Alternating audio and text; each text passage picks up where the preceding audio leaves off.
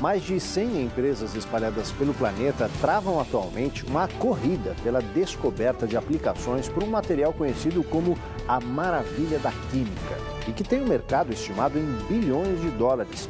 Trata-se do grafeno, um derivado do grafite que promete uma revolução tecnológica nas indústrias automotiva, aeroespacial, biomédica, eletrônica e nas telecomunicações. De quebra, ainda poderá ser usado nos processos de filtragem, transformando água do mar em potável. Mais uma vez, o Brasil é colocado em posição privilegiada, já que tem uma das maiores reservas de grafite do mundo. E é desse material que se extrai o grafeno. Essa edição do Matéria de Capa, que vai tratar da descoberta que garantiu a 2 pesquisadores um prêmio Nobel de Física e que vem despertando o interesse de cientistas de todo o mundo, está só começando. Fique com a gente.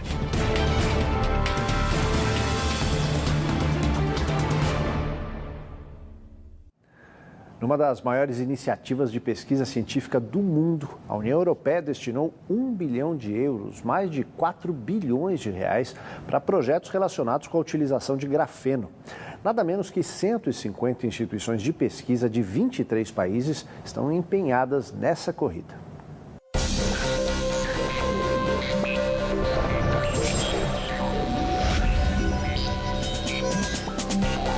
200 vezes mais resistente que o aço, flexível, eficiente condutor de eletricidade e, detalhe importante, mais barato do que a maioria dos produtos utilizados na indústria de ponta, o grafeno é a grande aposta do momento.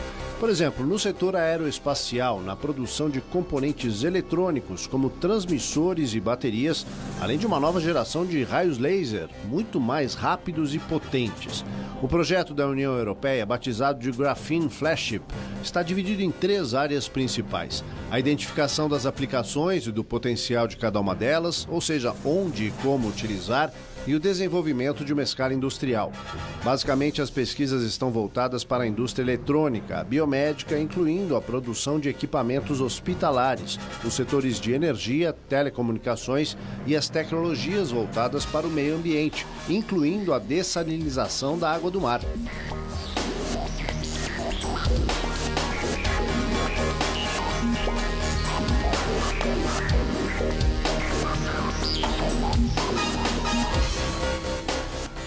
O Brasil tem uma das maiores reservas de grafite do planeta. E agora também tem o primeiro laboratório da América Latina voltado para as pesquisas com grafeno.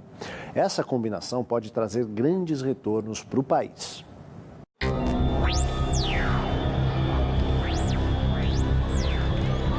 O Centro de Estudos com Grafeno, MacGraf, instalado na Universidade Mackenzie, em São Paulo, trabalha com produção, pesquisa e aplicações do material. O grafeno utilizado aqui vem do grafite obtido em Minas Gerais. É esse minério que podemos ver no frasco. O componente é extraído utilizando uma fita isolante, um trabalho minucioso. Depois será classificado quanto à qualidade utilizando um microscópio. Na tela é possível ver exatamente onde está o grafeno. Dependendo do tipo, ele é encaminhado para estudos fundamentais específicos realizados nesses aparelhos. Esse aqui, por exemplo, permite a análise do grafeno ao receber incidência de luz. Cada cor do laser indica uma quantidade de energia. Os pesquisadores, então, observam o comportamento do grafeno para avaliar as possíveis aplicações.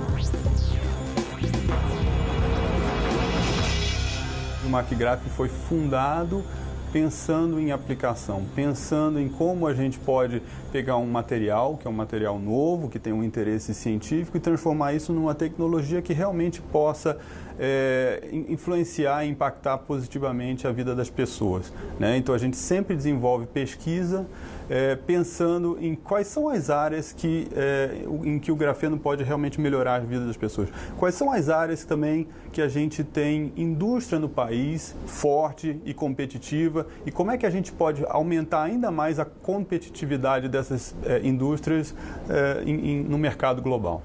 Imagine um celular tão fino e leve quanto essa folha de papel e que ainda pudesse ser dobrado. É para chegar a aplicações desse tipo que laboratórios em todo o mundo, incluindo esse aqui em São Paulo, trabalham em diferentes frentes de pesquisa. No McGraph, a gente sempre desenvolve pesquisa pensando numa aplicação, e não numa aplicação qualquer, mas aplicações que a gente acha que vai ter realmente um impacto na vida das pessoas. Então, a gente trabalha com 3 áreas diferentes, né, que são as 3 áreas de concentração do centro. A fotônica, que basicamente é a tecnologia da luz, então a gente usa o grafeno para alterar as propriedades da luz e, portanto, beneficiar, por exemplo, internet, né? A gente consegue usar o grafeno junto com fibra ótica para melhorar, isso é o que a gente pretende, né? Chegar a um ponto que a gente melhore a internet, né, por fibra ótica. A gente tem a área de energia, em que a gente estuda métodos para desenvolver baterias e outros dispositivos para armazenar energia com grafeno. Então, o grafeno, de novo, pode melhorar a propriedade de uma bateria. A gente pensa em desenvolver uma bateria que seja mais leve, seja mais duradoura e seja flexível, por exemplo. E, finalmente, a gente tem a área de materiais nanocompósitos, que basicamente é a mistura de grafeno com plásticos para que esses plásticos se tornem mais resistentes. Então, a gente pode pensar no desenvolvimento de um artigo esportivo, por exemplo, com esse plástico, com grafeno. O plástico também pode se tornar condutor, então a gente pode fazer um fio de plástico que seja condutor e assim por diante. Então, essas são as 3 áreas em que a gente foca as nossas pesquisas. Com tantas propriedades, não é à toa que no Brasil a indústria também esteja apostando no grafeno para uma série de usos, como fibras óticas mais eficientes, baterias menores e com maior duração, entre outros, num futuro próximo.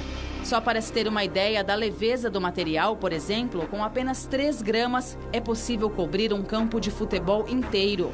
É o material mais leve do mundo.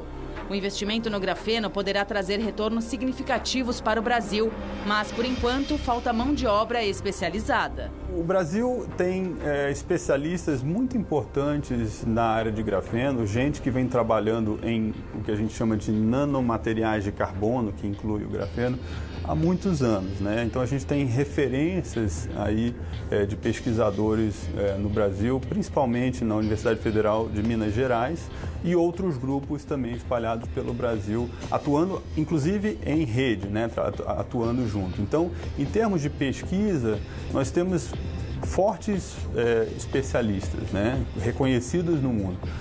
O problema que a gente tem é gente para trabalhar, né? Gente no laboratório para desenvolver essa pesquisa, né? Então, a pesquisa não é feita só com alguns poucos experts, mesmo que esses experts sejam referências mundiais.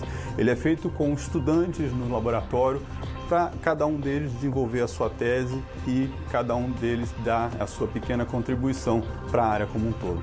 Então, uma das coisas que falta ainda para a gente é mais recursos humanos. A gente precisa qualificar pessoas, a gente precisa aumentar os nossos quadros, que depois vão ser capazes de ir para a indústria, né, a indústria que se interesse pelas aplicações do grafeno, para desenvolver novos produtos lá.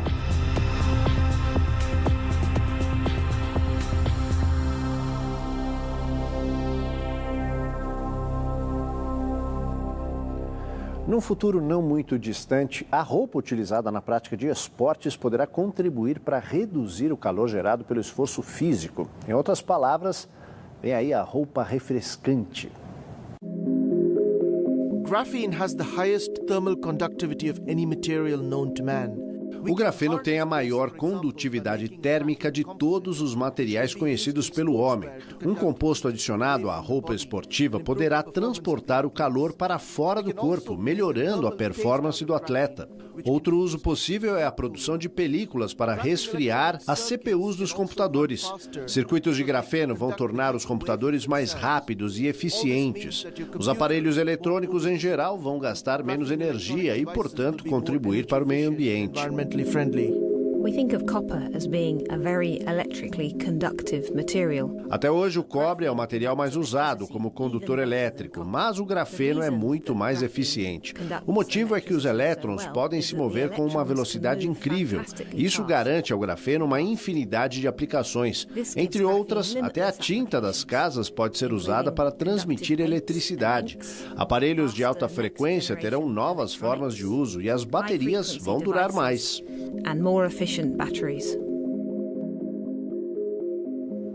Telefones celulares flexíveis, e nesse sim as pessoas poderão se sentar em cima, e telas de televisores ainda mais finas do que as atuais. A indústria eletrônica vai mudar muito nos próximos anos. Graphene can be used to make the electronic circuits that run our mobile phones and computers. Não vai demorar muito para que os circuitos eletrônicos dos celulares sejam feitos de grafeno. Ele também estará presente nos teclados de telefones e tablets. São apenas alguns exemplos do uso desse tipo de material, mas a verdadeira revolução vai acontecer quando surgirem equipamentos dobráveis e flexíveis, que vão aproveitar todas as propriedades do grafeno, transformando peças de ficção científica em realidade.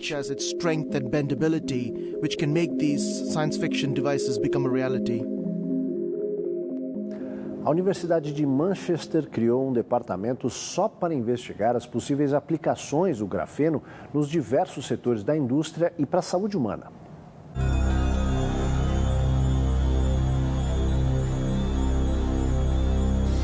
Chama a atenção dos cientistas o fato de que as pesquisas com o grafeno no campo da saúde indicam dois caminhos opostos. Um lado positivo e outro que exige um certo cuidado e ainda depende de novos estudos. De um lado, o produto é um excelente transportador de medicamentos para os diversos pontos do corpo humano. Estudos apontam a eficácia desse recurso no tratamento de câncer, já que é possível atacar células cancerosas rapidamente e, ao mesmo tempo, reduzir os danos às células saudáveis. Dessa forma, é possível diminuir os efeitos de tratamentos invasivos, como, por exemplo, a quimioterapia. Ao mesmo tempo, a própria capacidade de circulação é motivo de preocupação por parte dos pesquisadores, já que ainda não está totalmente esclarecido o potencial desse material e o quanto ele poderia afetar as células de forma negativa também. Parte da comunidade científica espera que, a partir do uso criativo do grafeno, será possível criar dispositivos inovadores e revolucionários para a melhoria da saúde humana.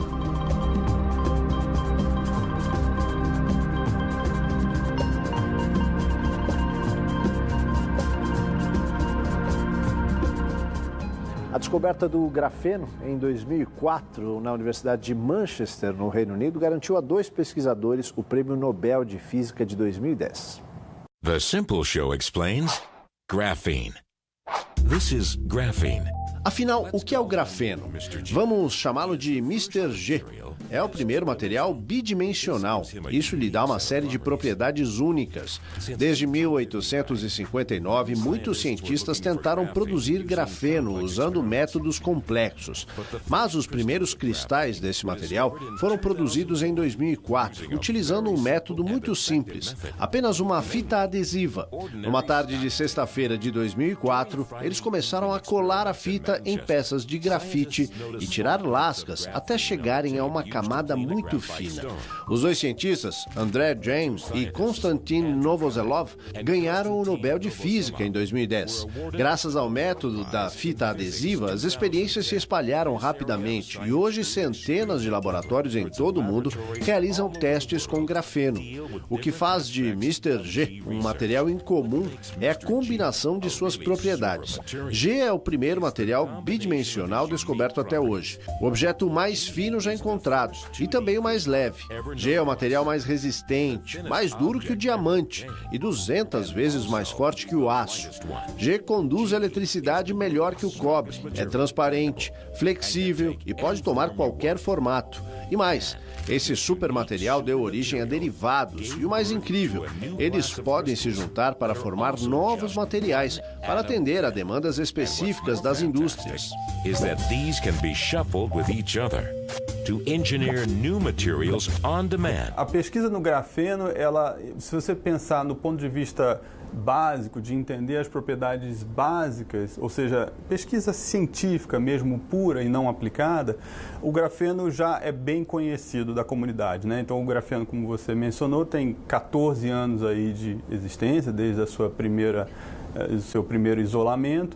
Então, em termos de pesquisa básica, bastante coisa já se conhece. O desafio agora é realmente aplicar, né? Então, pegar o grafeno e outros materiais parecidos com o grafeno que foram descobertos depois e ver como é que eles podem ser utilizados nas várias aplicações. Então, nesse aspecto, sim, as pesquisas ainda são embrionárias, a gente tem que ter um pouco de paciência, porque as tecnologias têm um tempo de maturação, né, até chegarem realmente ao mercado, a influenciarem a nossa vida. Então, a gente faz no laboratório um estudo e a gente vê que realmente, se a gente colocar grafeno dentro do plástico, esse plástico vai ficar mais resistente.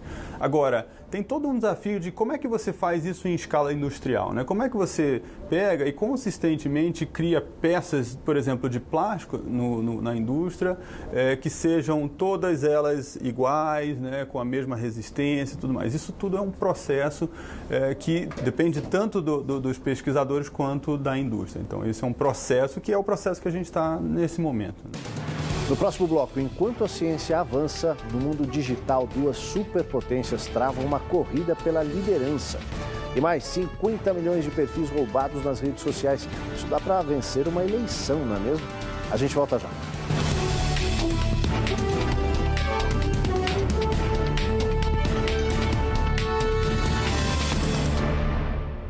Enquanto nos laboratórios os cientistas buscam caminhos para novos avanços, no universo digital e na política, dois gigantes travam uma guerra pela supremacia tecnológica. Estados Unidos versus China. Quem vencerá essa batalha?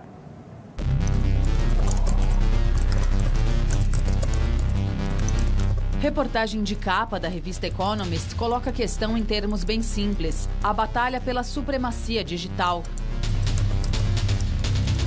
E inclui um alerta de uma fonte insuspeita, Eric Schmidt, ex-executivo da Alphabet, empresa matriz do Google. Segundo Eric, até 2025, portanto, em apenas 7 anos, a China vai ultrapassar os Estados Unidos no campo da inteligência artificial. Hoje, a China já possui o supercomputador mais rápido do planeta, tem o maior mercado de pagamentos online e algumas de suas empresas, como a Alibaba, da área de vendas pela internet, com valor de mercado em torno de 500 bilhões de dólares, rivalizam com algumas gigantes americanas. E mais, até 2020, o sistema de navegação por satélite que os chineses estão aperfeiçoando vai competir seriamente com o GPS americano. Tudo isso vem causando enorme intranquilidade em setores do governo dos Estados Unidos. Não é à toa que o presidente Donald Trump alegou razões de segurança nacional para impedir a venda da fabricante de chips Qualcomm para a rival Broadcom, que tem sede em Singapura. O avanço dos chineses no universo digital dá uma ideia do que vem por aí. A China já controla alguns dos maiores centros de pesquisa sobre inteligência artificial do mundo e tem mais de 800 milhões de internautas, número maior do que a população somada de vários países, incluindo Estados Unidos e Europa Ocidental. Para a revista Economist, a grande questão é como os Estados Unidos vão responder a esse avanço e quem será o vencedor na guerra digital.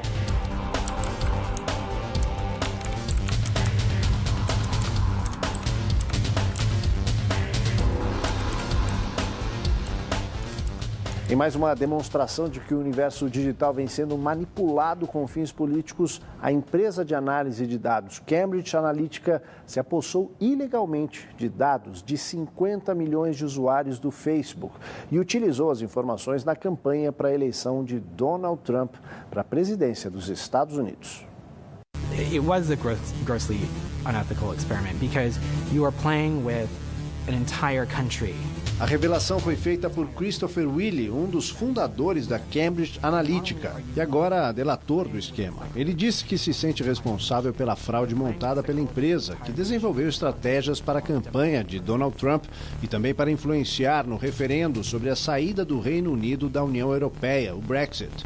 O esquema partia da oferta de previsões sobre o futuro aos usuários do Facebook, a partir da personalidade de cada um. Para participar, a pessoa tinha que revelar dados como idade, local de residência, páginas mais curtidas, postagens e, acima de tudo, visões políticas. Acontece que, além dos interessados nas tais previsões, o aplicativo tinha acesso a informações dos amigos da pessoa inscrita. De posse desses dados, foi montada uma estratégia de campanha. Para as eleições presidenciais nos Estados Unidos, a empresa selecionava, a partir das informações recolhidas, o público-alvo dos anúncios digitais, os pedidos de doações e até a escolha dos locais a serem visitados pelo candidato. Um esquema semelhante foi organizado para o Brexit. Nos Estados Unidos, por trás de todo o esquema, estava a figura de Stephen Bannon, ex-estrategista-chefe da Casa Branca, apontado como um dos principais responsáveis pela eleição de Trump. Poucos meses depois de tomar posse, Trump demitiu Bannon na tentativa de evitar que as inúmeras suspeitas sobre ele prejudicassem sua imagem como presidente.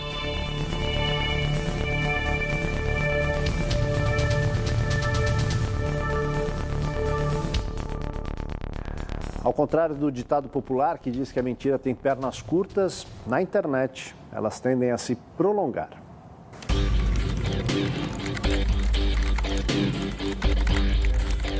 Estudo publicado pela revista Science mostra que as chamadas fake news circulam com maior rapidez e chegam mais longe do que os fatos reais. Os rumores e boatos também ganham mais compartilhamentos, alcançando um maior número de pessoas do que as notícias comuns do dia a dia.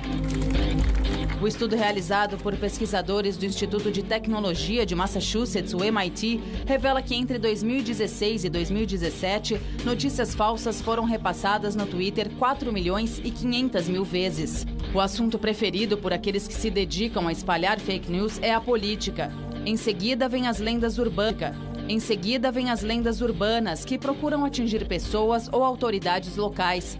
Boatos sobre personalidades do mundo do entretenimento, desastres naturais e até ciência e tecnologia, no caso com uma certa predileção por supostas invenções miraculosas. O estudo do MIT traz algumas surpresas. Ao contrário do que se imagina, os principais responsáveis pela divulgação de rumores e boatos não são os robôs, ou seja, programas operados à distância por grupos de interesses diversificados, mas são pessoas que fazem isso por dinheiro ou por motivação política.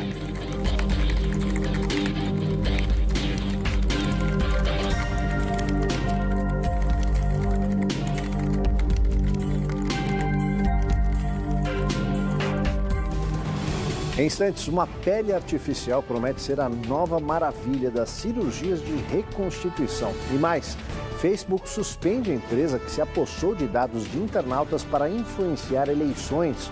Não sai daí.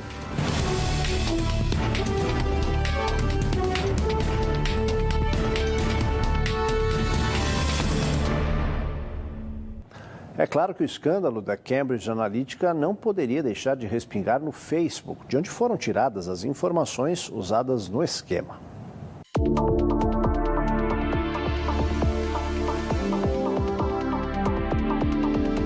A primeira providência de Mark Zuckerberg, o maior acionista do Facebook, foi ordenar a suspensão das atividades da Cambridge Analytica na plataforma da rede. Segundo o Facebook, a empresa violou as políticas da rede social ao coletar ilegalmente os dados dos usuários e utilizá-los com fins políticos. Apesar dessa providência, crescem no Congresso norte-americano as pressões para que a plataforma seja, de alguma maneira, penalizada por permitir o abuso. Esta não é a primeira vez que o Facebook tem problemas com a Cambridge Analytica. Em 2015, um aplicativo da empresa já havia sido banido e os dados coletados destruídos depois que foi comprovado o uso na campanha do senador ultraconservador Ted Cruz. Zuckerberg admitiu que a empresa errou ao permitir que dados dos usuários fossem compartilhados. Na tentativa de reduzir as pressões, anunciou várias medidas de controle no uso da plataforma, destinadas a reforçar a segurança. A principal delas é a que limita o acesso a dados pessoais por parte de aplicativos e empresas que utilizam o Facebook como forma de replicar suas atividades. Zuckerberg disse ainda que a rede social vai trabalhar para impedir a interferência em outras eleições pelo mundo, como no Brasil e na Índia, países com grandes pleitos este ano.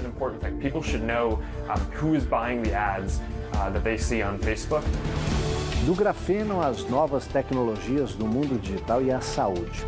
Que surpresas trazidas pela ciência ainda nos reserva este século XXI.